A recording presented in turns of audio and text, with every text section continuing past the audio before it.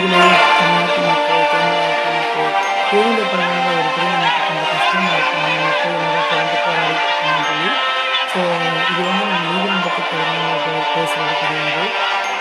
மக்களே, தமிழ்நாட்டு மக்களே, தேனி மாவட்ட மக்களே, தேனியில பிறந்தனால ஒரு படி நமக்கு கொஞ்சம் கஷ்டமா இருக்கு. நம்ம மக்கள் என்னடா தொடர்ந்து போராடிட்டு இருக்காங்கன்னு சொல்லி. ஸோ இது வந்து நாங்கள் நீதிமன்றத்துக்கு எதிராக பேசுறது கிடையாது.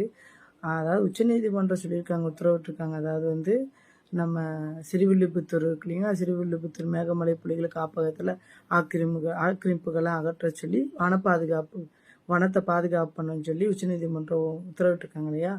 அதே நேரத்தில் பார்த்தீங்கன்னா அங்கே பல வருஷமாக வாழ்ந்துட்டு இருந்த மக்களுடைய நிலைமை, அவங்க கஷ்டப்பட்டு வீடு வாசல் கட்டி மருத்துவம் வசதி, பள்ளி கல்வி இது எல்லாமே ஒரே ஸ்டாண்டர்டாக பல வருஷத்துக்கு முன்னாடி வாழ்ந்த மக்கள், ரொம்ப பெரிய பெரிய பணக்கார கோடீஸ்வரர்களாம் கிடையாது, சாதாரண மக்கள் தான். அவங்களுடைய வாழ்வாதாரம் என்ன ஆகும்?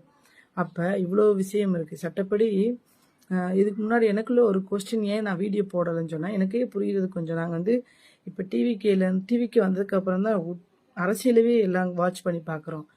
அப்போ நாங்கள் இப்போ தான் வந்து 3 வருஷம் ஆயிருக்கு. இப்போ இது வந்து எத்தனை வருஷத்துக்கு முன்னாடி இருந்து இந்த பிரச்சனை போயிட்டுருக்கு. அப்போ உச்சநீதிமன்றத்தில் வாதாடி கரெக்டாக சரியான அந்த மக்களுடைய பிரச்சனை என்னாச்சு, மக்களுக்கு ரேஷன் கார்டுலேருந்து பஸ்ஸு வசதி, கவர்மெண்ட் ஸ்கூல் எல்லாமே கட்டியிருக்கீங்க இல்லையா.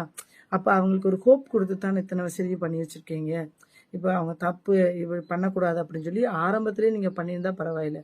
அங்கே ஃபுல்லாக ஸ்கூல் இருக்குது, கல்வி பஸ்ஸு போகுது, பள்ளிக்கூடம் இருக்குது, இது மாதிரி ரேஷன் கடையிலேருந்து எல்லாம் அரசு என்னென்ன கொடுக்கணுமோ அதெல்லாம் கொடுத்துருக்க பட்சத்தில் திடீர்னு இந்த மாதிரி சொன்னால் மக்களுக்கு எப்படி இருக்கும் யோசித்து பாருங்க.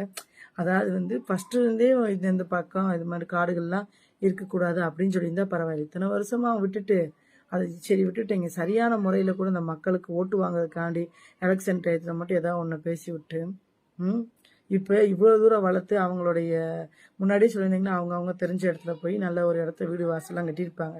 ஒரு நார்மலாக ஒரு மிடில் கிளாஸ்லேருந்து ஒரு கஷ்டப்படுறவங்க ஒரு வீடு கட்டுறதுக்கு, வீடு வாழ்க்கை ஃபுல்லாக சம்பாதிக்கிறது ஒரு வீடு கட்டுறதுக்கு தான் ஒரு கனவு கற்பனையோட வாழ்ந்துகிட்டு இருக்க மக்கள் திடீர்னு போச்சுன்னா எங்கே போவாங்க?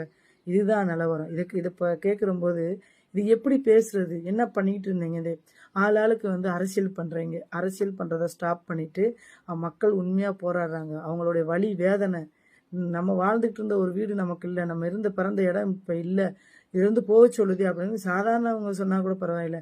உச்சநீதிமன்றம் இப்படி ஒரு தீர்ப்பு சொல்லியிருக்கும் போது மக்களுடைய மனசு எப்படி இருக்கும்? இதில் வந்து எனக்கு என்ன கேட்டால் இதுக்கு முன்னாடி ஆட்சியில் இருந்தவங்கெல்லாம் கரெக்டாக வந்து நீங்கள் போய் வாதாடி இருக்கலாம். அப்படி இல்லாட்டி மக்களை ஸ்டாப் பண்ணிட்டு இந்த அரசு திட்டத்தை இப்போ கொடுக்குறதெல்லாம் நீங்கள் ஸ்டாப் பண்ணி அவங்க மனசை கொஞ்சம்